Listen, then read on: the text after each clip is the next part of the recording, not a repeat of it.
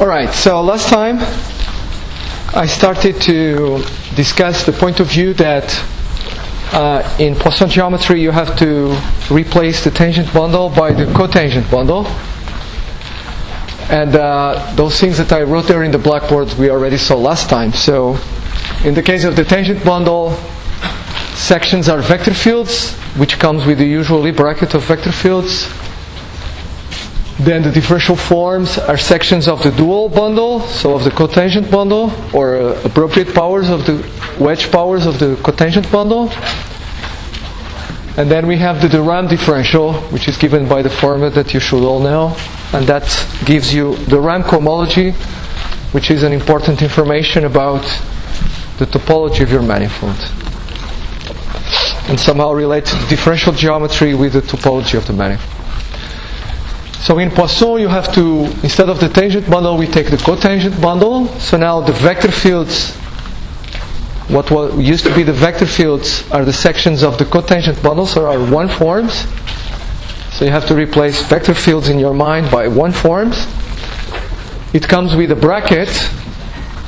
So that bracket, I think I didn't say it last time, but that bracket is kind of another incarnation of the Poisson bracket, because if you pick this formula, you can check that if you take exact one forms, then the bracket of exact one forms is simply the differential of the Poisson bracket of the corresponding functions. Okay? So this kind of a incarnation of the Poisson bracket.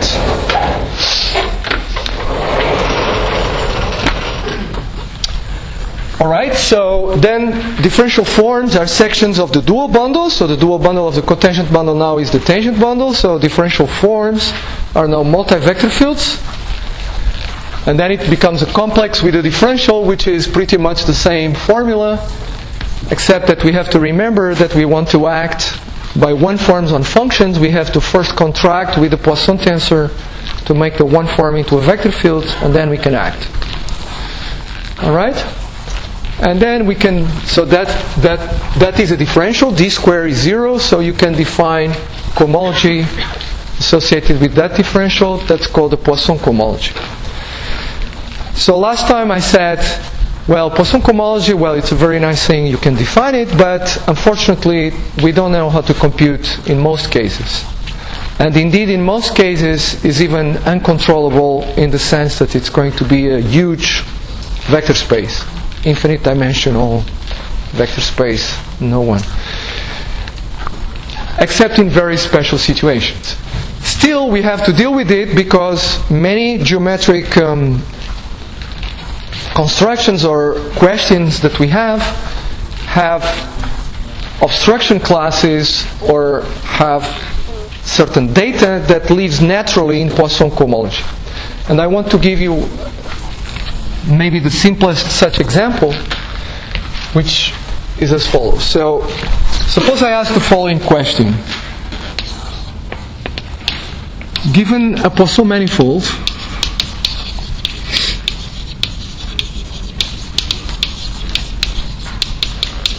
is there a volume form? So, we have to assume that the manifold is orientable. So, given a orientable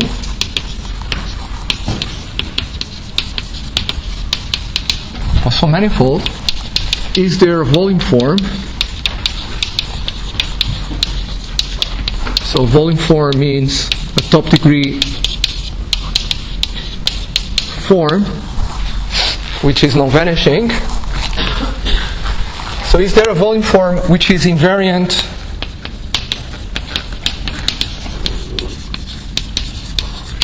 under all Hamiltonian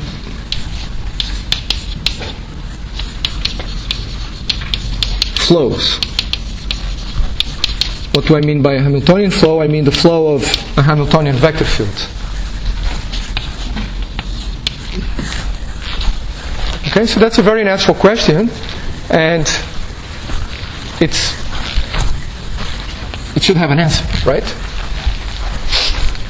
So remember, if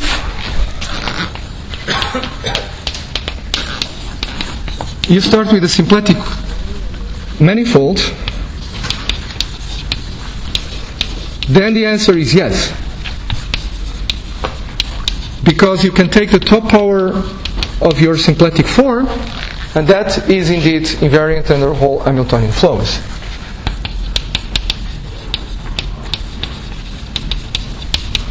So sometimes it's called the Liouville theorem, and this is called the Liouville form.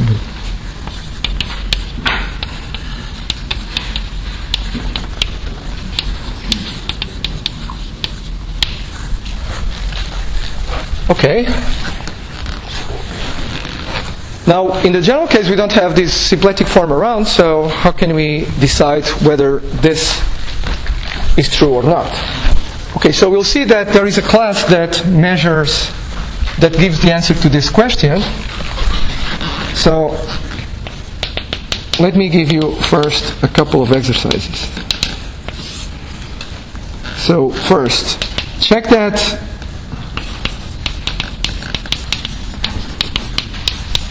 the first Poisson cohomology is given by the Poisson vector fields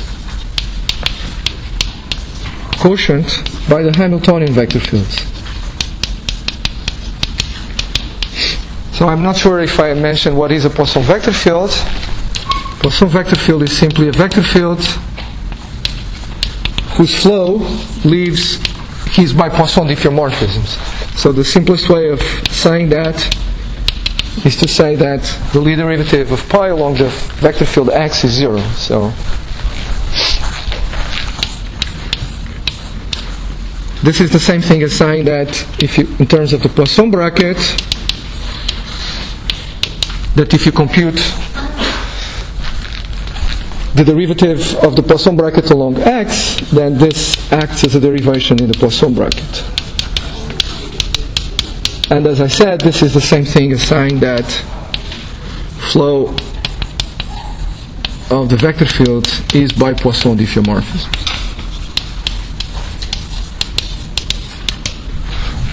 Alright?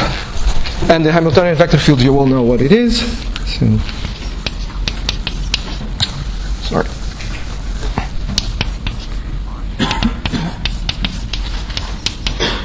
Okay, so you should check that H1, according to those definitions, the first Poisson cohomology is just this. Okay? And the second exercise is to check that the Poisson tensor itself defines for you a class in H2. And sometimes when this class vanishes, the Poisson tensor is said to be exact. So when this class is 0, we say y is exact. And you should check that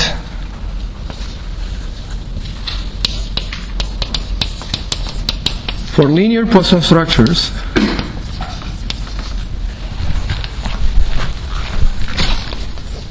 this class is always exact.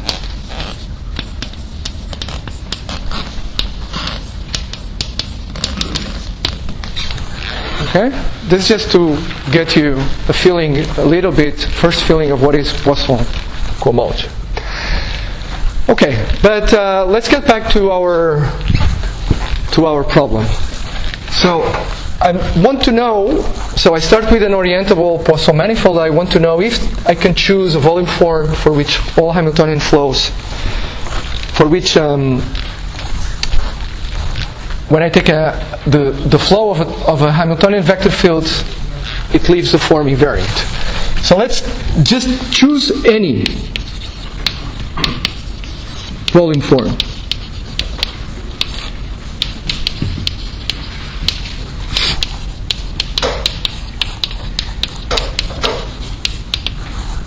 Okay, so if you choose any, then if I compute the Lie derivative along a Hamiltonian vector field, then I don't know much about this. This is in principle different from 0, unless I'm very lucky. But still, this is a new top degree volume form that can vanish. So it's not a volume form anymore, but it's a top degree form.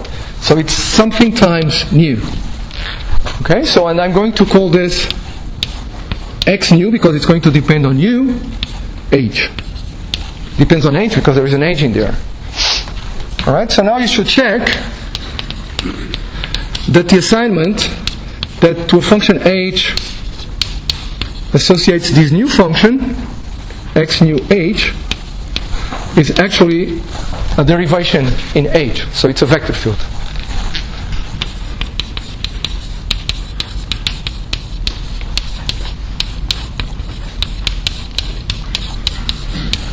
So this vector field is called the modular vector field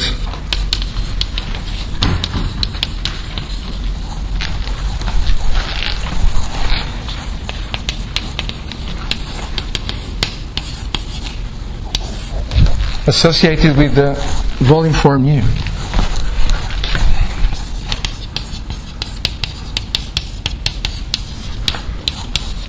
Okay? And certainly if I'm lucky enough and I have chosen a volume form which is invariant under whole Hamiltonian flows, this modular vector field will vanish for that volume form. But in general that will not be the case. Still we have the following properties.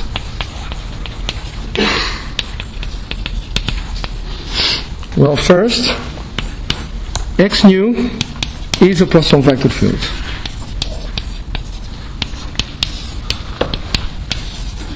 So you should compute this Lie derivative and see that it's 0, right?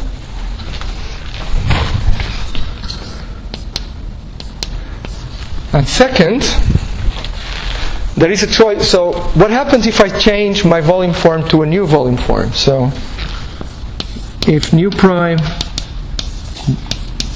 is a new volume form, so if nu prime is a new volume form, it will be a non-vanishing function times nu.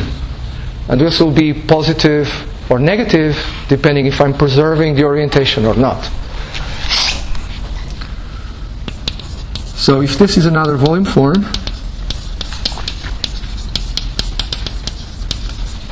you should check that the new modular vector field for this new volume form is related to the old one exactly by a Hamiltonian vector field which happens to be the log of the absolute value of g. Okay? So let's pause for a section. What is this saying? Well, this is saying that since I have this interpretation of the first Poisson cohomology as Poisson vector fields modulo Hamiltonian vector fields, this is saying that I have a well-defined class in here. So I can take the class of this vector field, and that gives me a Poisson cohomology class which is independent of the choice of nu, because when I change nu, it changes by a Hamiltonian vector field. Okay? So is independent of choice of nu. Okay? So looking, and clearly, if it happens that it exists some volume form which has the property that I want, which is invariant under whole Hamiltonian flows, this class will have to be 0. Why? Because if I start with any volume form, and if I have nu prime 1 which is a good one, then this will hold. So even if I was unlucky and I choose a modular vector field which was non-zero, the new one will be 0. Okay? So this class is called the modular class of the Poisson manifold M. It's called the modular class.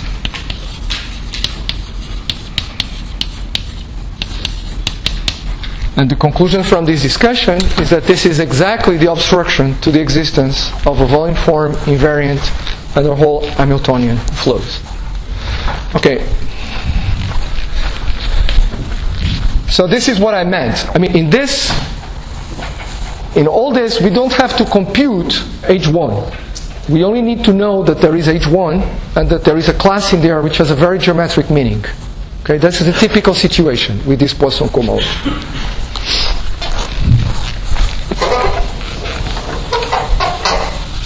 So here is a couple of exercises if you want to have fun with this class and try to get something out of it.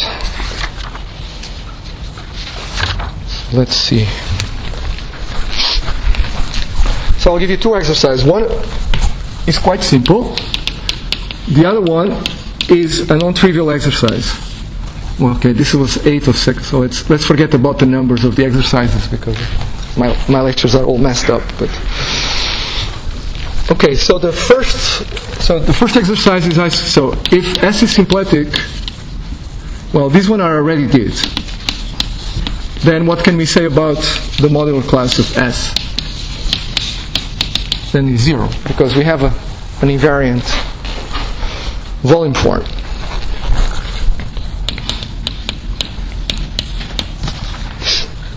Now, if M is a block Poisson manifold, symplectic manifold,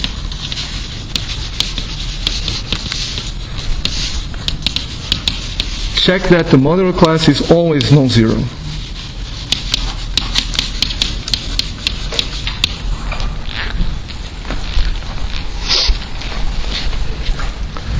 And the last part is, what can you say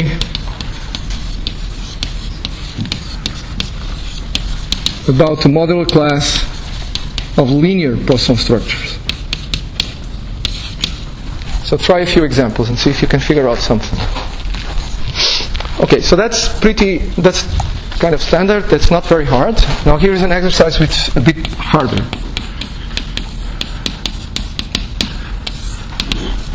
And for those who are interested, we can talk about it more. So let's take a free and proper action, because I want to take quotients and I want the quotient to be smooth, so I'm going to take a free and proper action of a Lie group. Actually, let's make the group compact, so I don't need the proper assumption. It will be automatic. So let's take a free action of a compact Lie group.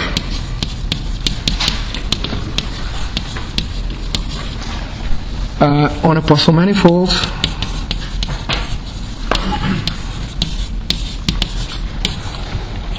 by Poisson diffeomorphisms.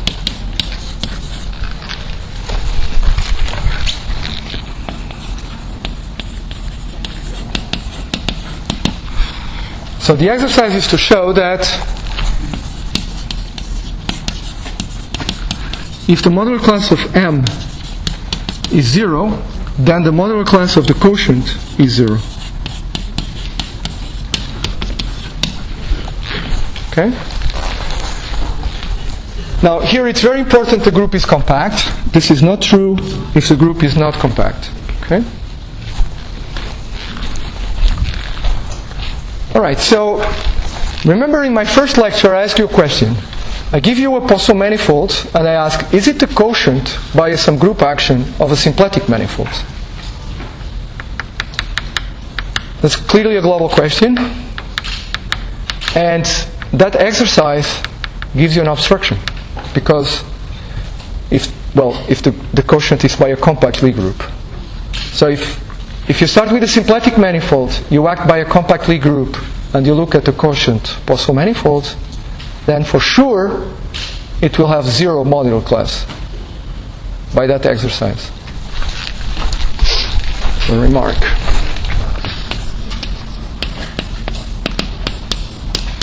S is if M is symplectic,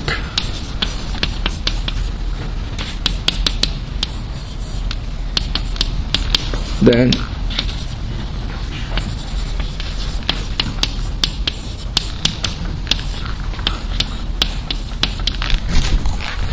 okay. So here's a very simple example of how you can use this Poisson, this invariant, to decide about global questions. So I can give you a very specific example, which actually is a solution to one of the exercises in the first lecture. So in one of those exercises, I ask you to take the S1 action on C2 minus the origin with the canonical symplectic form, which I wrote, I think, in this way.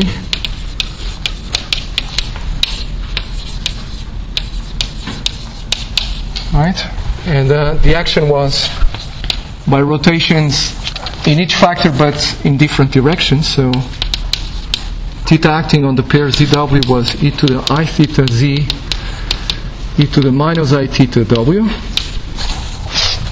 Okay, then I asked you to compute the quotient, Poisson manifold,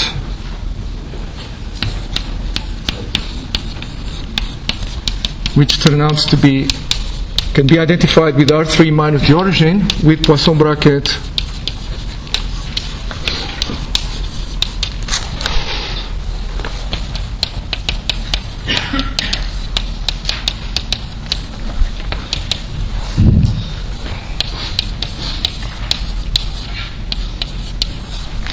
okay? And if you want to check that this has zero modular class, it's not hard to check. On the other hand, if you modify this slightly, say by putting a -1 here, for example, so let's call that pi 1, then that thing does not have a modular class anymore. So that thing does not come from a quotient, not certainly by S1 and not by any compact Lie group. Okay? So pi 1 is not quotient of a symplectic manifold.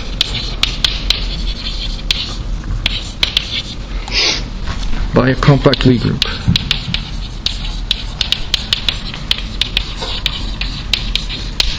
Okay. Okay, so I hope this gives you a first idea of how to deal with these global issues. So let's continue. So what I'm going to do next is to proceed with this analogy between ordinary geometry and Poisson geometry. Okay, and I want to move now to connections. So let's make here a crash course on connections in ordinary geometry.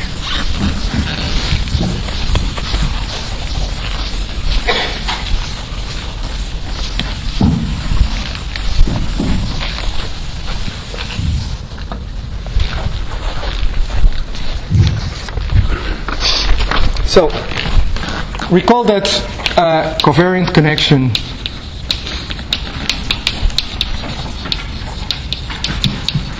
usually letter nabla on a vector bundle. So that's going to be a bilinear operation. So it's going to be differentiate sections of the vector bundle along vector fields. Right?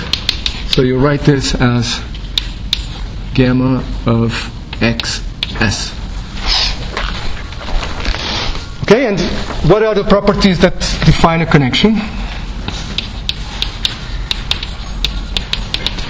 Well, you want that if you multiply a section by a function, then you have a Leibniz type identity.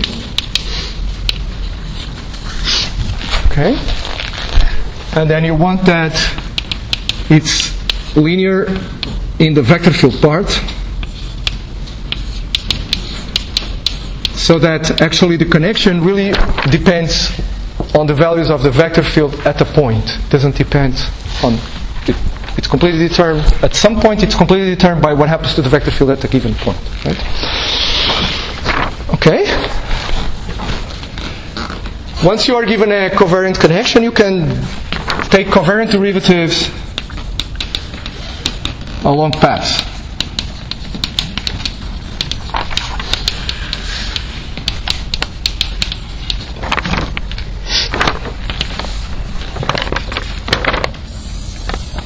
Okay, so I give you a path. Remember, I always denote by the interval 0, 1 by I.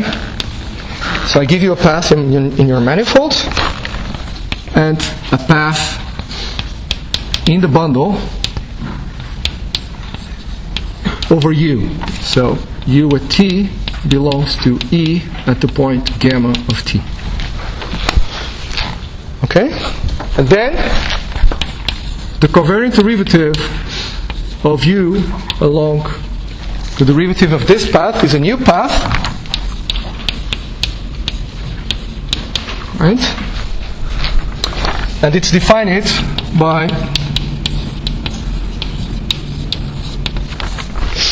the following formula. So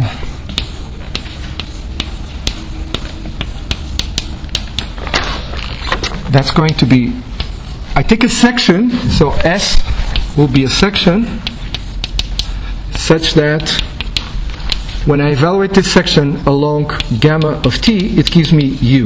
And I can always do that locally. Okay? So I use a section like that, and now I can differentiate this section along this tangent vector. So maybe I should write this. Oh, maybe, okay, so here I may have to take a time-dependent section, so let's put here a T. So there's a time-dependent section. Because you see the path can go like that, right? So I may have to take, at that point, if I didn't take a time-dependent section, I would have two different tangent vectors, and I would be in trouble. So that's why I have to take time-dependent sections.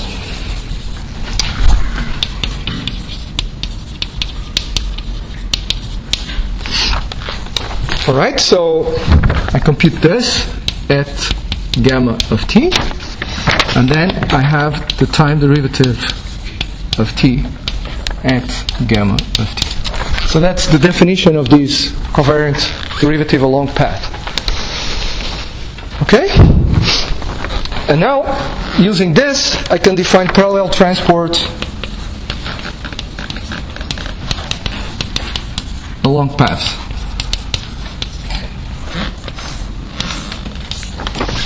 Right, so given any path, parallel transport along this path is going to be a map from the fiber of the vector bundle over the initial point to the fiber of the vector bundle over the final point, right? And it's defined as follows. So it takes an element E in the fiber to the element that I'm going to denote UE1. So that's going to be an element there. Where, what is that? Well, that's where U is a path in E, is the unique solution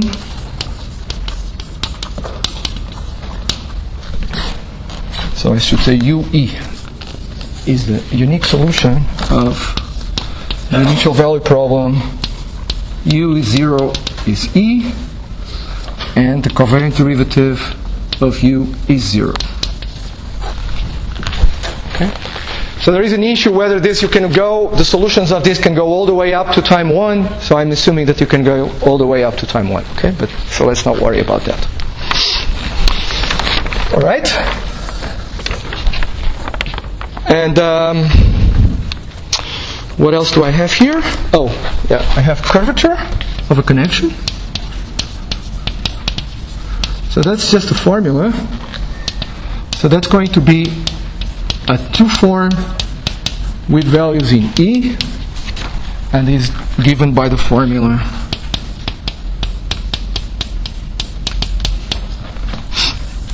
commutator of these two minus nabla of the commutator. And then in a very special situation I can also define what's called a torsion. So that's when you have a connection on the tangent bundle itself.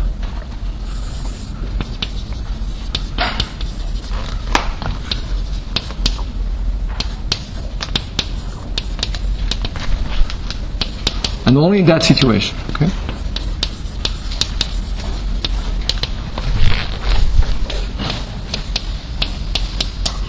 And then now I have to erase this blackboard, and I will do in a second, so people can see it.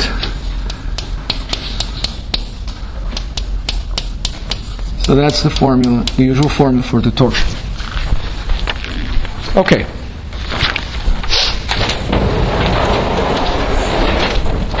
Alright, so why did I bother to write all this? Well, because in this dictionary of going from ordinary to Poisson, all that is going to make sense if you are careful enough. Okay, so let's write it.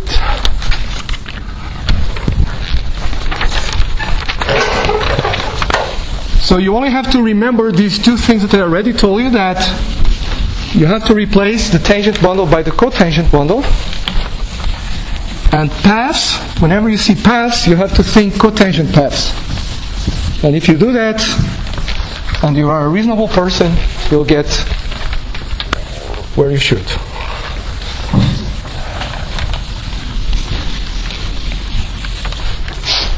Okay, so what we have there? So first we have connections. So connections differentiate along vector fields. So now we don't differentiate along vector fields, we differentiate along one forms. Okay? So a contravariant connection, I'm going to use the same letter on a vector bundle, and it's going to be, of course, on a Poisson, over a Poisson manifold. So that's the only place where this makes sense. This doesn't make sense if the base is not a Poisson manifold. So now we are going to differentiate sections of the bundle along one forms.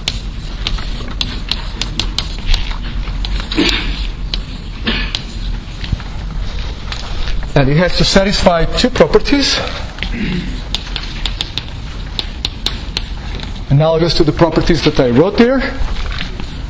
So if I multiply by section by a function, and then I take the contravariant derivative, then I'm going to have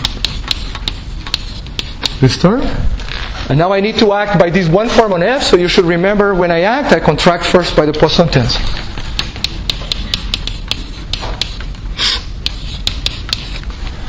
Okay, and then it has to be linear in the form factor,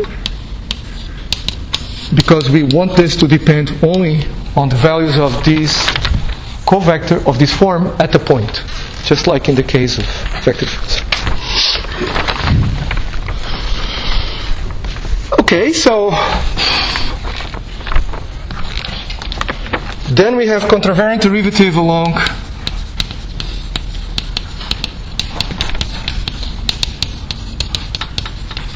cotangent paths.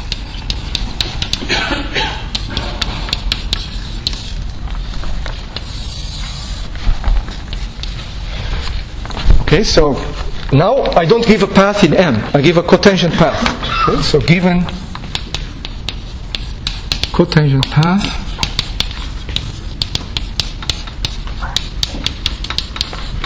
and so let's call with base path gamma, and as before, a path in the bundle over the base path.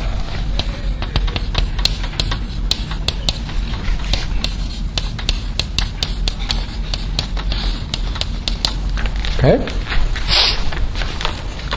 Then I can define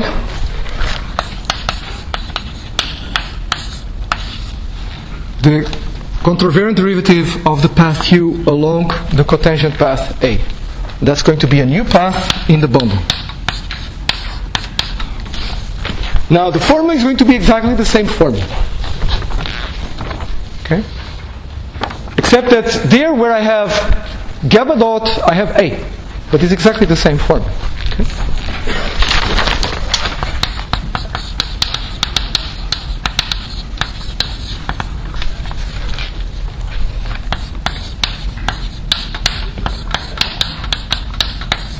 So remember there I had to choose a section that extended U. So I do the same thing. But it's apart from that. So exactly. And it's a time-dependent section. It's exactly the same thing. Okay? Okay, then I can define parallel transports along cotangent paths.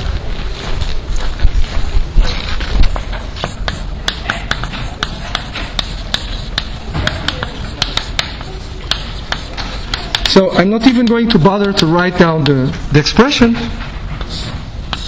You should get immediately. So I will have a cotangent path, then the parallel transport tau A is going to be a linear map from the fiber over the initial point of the base path. Remember that's the initial point of the base path of the cotangent path. And it ends at the final, at the fiber over the endpoint. Okay, it's exactly the same idea. And then I have curvature of a connection.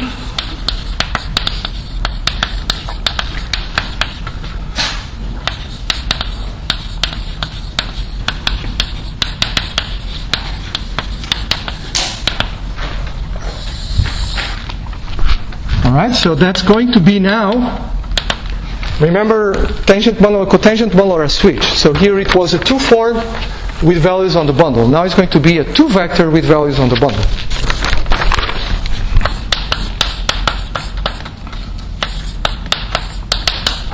But the formula is the same formally.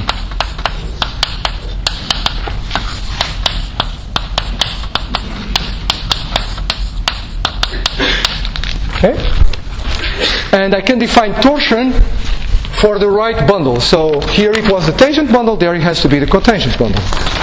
So for a contravariant connection on the cotangent bundle,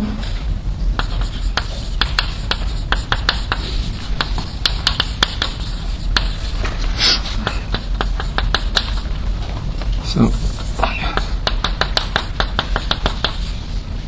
the torsion is the usual formula, but now alpha and beta 1 forms.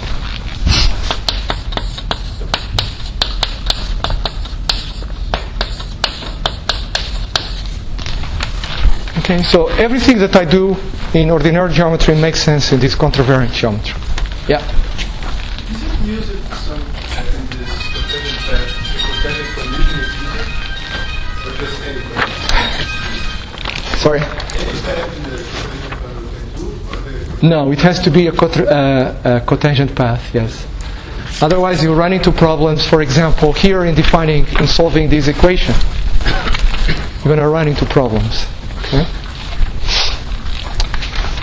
Yeah, but it has to be a cotangent path. That's very important. Alright? Okay, so I should put this up so people in the back can see it. So now I have a tool to compare things at different points of the manifold. Now, there is a very important thing, and maybe I should make that remark too, which is not in the notes, which is, suppose I said, okay, let's forget about all these things, maybe it's not good. Let's just stay with ordinary geometry. If I have a Poisson bracket, I can say, why don't I choose a connection for which the Poisson tensor is parallel? Right? An ordinary connection. Now that's a very bad idea, because parallel transport, if the connection preserves a tensor, parallel transport will preserve all invariants of the tensor, so the rank of the tensor. So if I choose any 2 points in my manifold and I use parallel transport, I will conclude that the rank would be constant, will be everywhere equal to the same. So there are many examples like the linear Poisson structures where the rank is not constant. So there will be no connection, ordinary connection, for which the covariant derivative of the Poisson tensor is 0. Okay? So really that thing is out of the question in this world of Poisson manifolds. Except if you are in the symplectic case.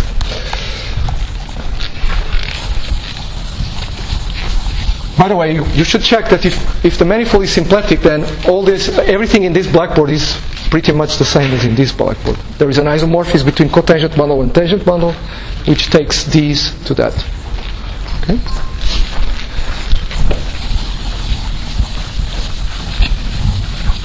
So now you can entertain yourself proving the variants of results that you know for ordinary geometry to this world. So you can choose a metric, check that there exists, choose a metric on a Poisson manifold, it doesn't have to be compatible at all with the Poisson tensor, check that there exists a Levi-Civita contravariant connection. That's one of the exercises in the notes. And this is just done the same way. I mean, it's not different. And it exists and it's unique. There is a unique torsion-free connection. So if you choose a metric on a manifold, it gives you a metric on the cotangent bundle. There is a unique torsion-free connection on the cotangent bundle of a Poisson manifold, which is compatible with the metric.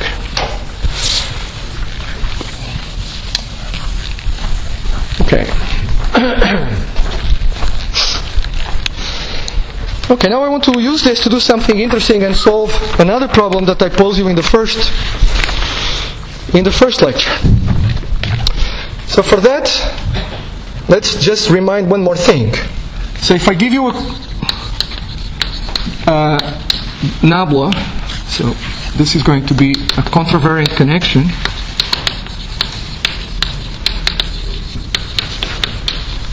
On the cotangent bundle, then, well, you define geodesics exactly the same way. So a cotangent path is called a geodesic.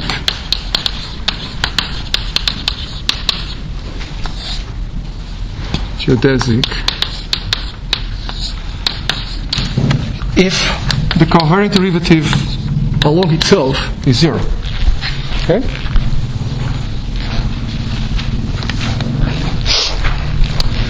So just like in the classical case,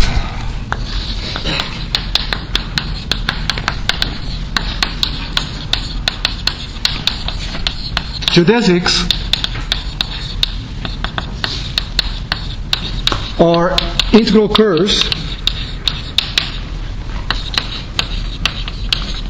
of a vector field. Let's call it V nabla.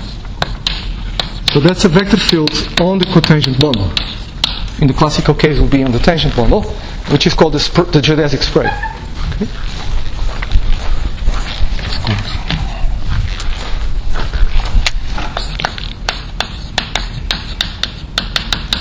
It's just a name.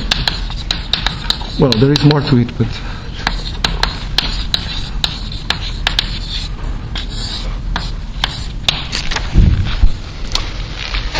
okay, now we have the following theorem,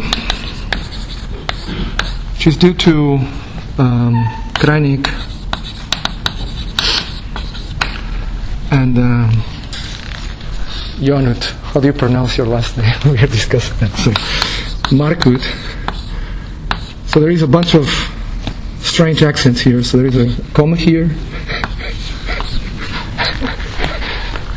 Well, I don't know. So that's one of our tutors, Jonut. So that's 2010. So that's pretty recent. It's amazing. So it says that given the given nabla, this contravariant connection with geodesic spray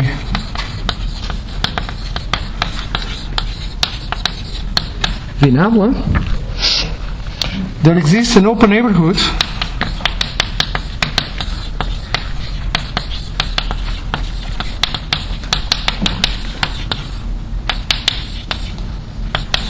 U in the cotangent bundle of the zero section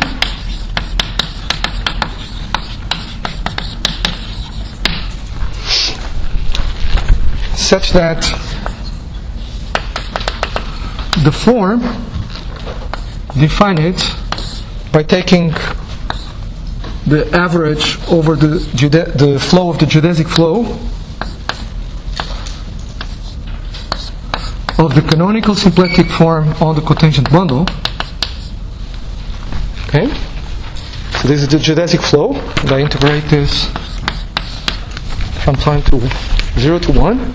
So the statement is that there exists a neighborhood of the cotangent bundle where this form, which is defined everywhere, well, there is a problem of whether this flow is defined for up to time 1. If you take a small enough neighborhood, this will be defined up to time 1.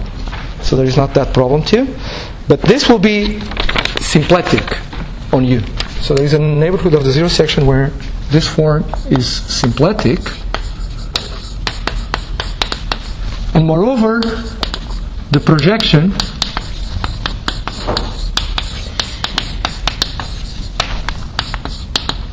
from U to M, where in U you take the symplectic, the inverse of the symplectic form if you want. This is a Poisson map.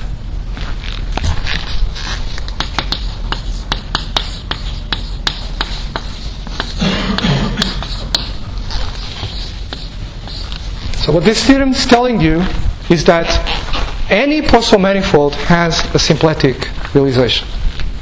Any Poisson manifold can be realized as the image by a Poisson surjective submersion of a symplectic manifold. Okay? So this fact was known much before 2010. This fact goes back to the early 80s to work by Weinstein and Dazor and Costa. But this very simple this very simple statement, and underlying this is something which is not that hard. There is a computation that has to be done. You have to check that. So the fact that this is symplectic and in the neighborhood of U is not very hard. But the hard thing is, or the less easy part is to show that this map is Poisson. So there is some computation that has to be done. Okay? But in principle, it's a computation. It's not. Okay? It's a very explicit thing. So for those that are more courageous, maybe you should go to this example that I gave you of the Lotka-Voltaire equations, where I gave you a symplectic realization of that quadratic Poisson bracket, and see if you can frame it in this form. Okay? Okay, so that's a very nice use of this notion of connection. So how much time do I have left? 10 minutes or something? Where is the organizers? There is no organizers. I think we started. Sorry? I don't remember when we started. I think we started maybe like at least 5 minutes later, but maybe.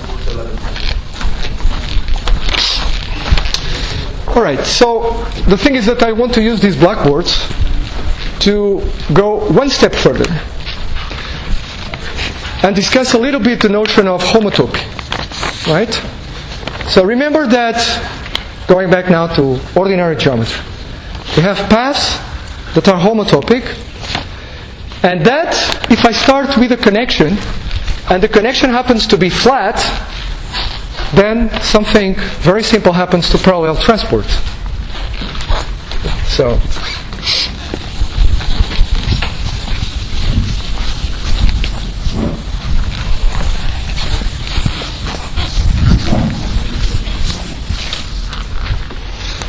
if I have gamma naught homotopic paths relative to the endpoints, so I fix the endpoints, and if I have gamma flat connection, flat means curvature is 0, should know that by now, then parallel transport, what happened? It's the same. Okay? There are more things that you can do with, so that's the first fact. The second fact is, suppose I take a closed one form.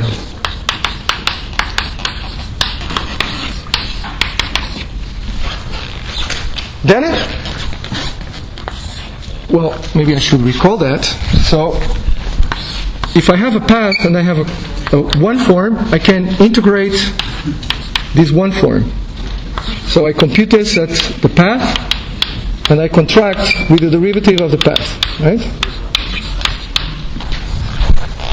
That makes sense for any one form. Now the statement is that if the form is closed, you should know that the integral is invariant under homotopy.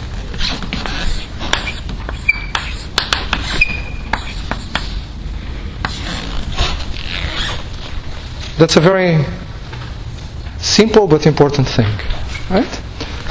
But there is also this thing that if the form is exact and you compute the integral, then that's just the values of the function at the endpoint.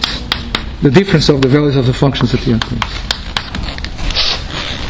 So this fact should have a counterpart in contravariant geometry. Okay? And they have. The only problem is, or the only difficulty is, what is homotopy of cotangent paths?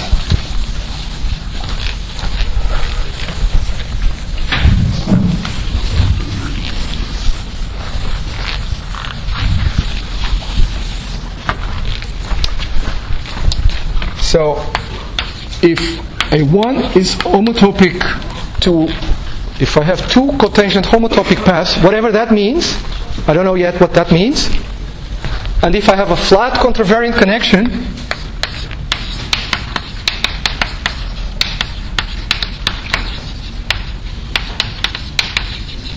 I will want that parallel transport is the same. Okay? And similar here, so remember that the RAM complex is replaced by the Poisson complex. So instead of a one form, I'm going to have a vector field. And that will have differential 0, which I gave you as an exercise to show that that's the same thing as saying that it's a Poisson vector field.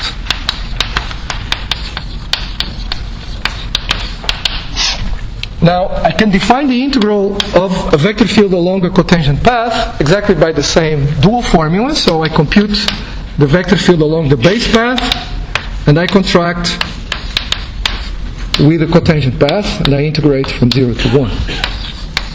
So that's the definition of the integral. And it should be true, whatever this means, that the integral of a Poisson vector field along two cotangent homotopic paths should be the same. And this simple thing should translate in our case. So what is an exact vector field? It's a Hamiltonian vector field.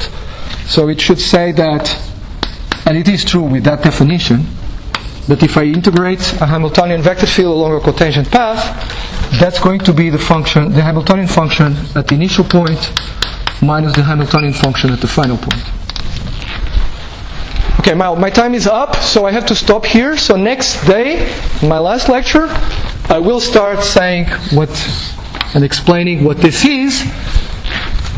I could give you as a problem, which, by the way, I don't know the solution even in a classical situation. Take all equivalence. So take all equivalence relations that satisfy these two properties. Parallel transport is preserved, and integration is preserved. Now take the strongest such. So there are many equivalence relations. For example, the identity satisfies that property. That's not very interesting. But take the strongest such equivalence relation. Is it homotopy of paths? I don't know the answer. I know if I take nonlinear connections, that's true, or Erashman connections, that's true. I don't know if maybe there is a simple way of seeing that. I don't know how to see that. So I could try to do that here too, and take all equivalence relations that satisfy these properties and declare this to be the strongest one. But I'm not sure that would work. I know it would work if you take the analog of Erashman connections. Okay, so enough for today. Next time.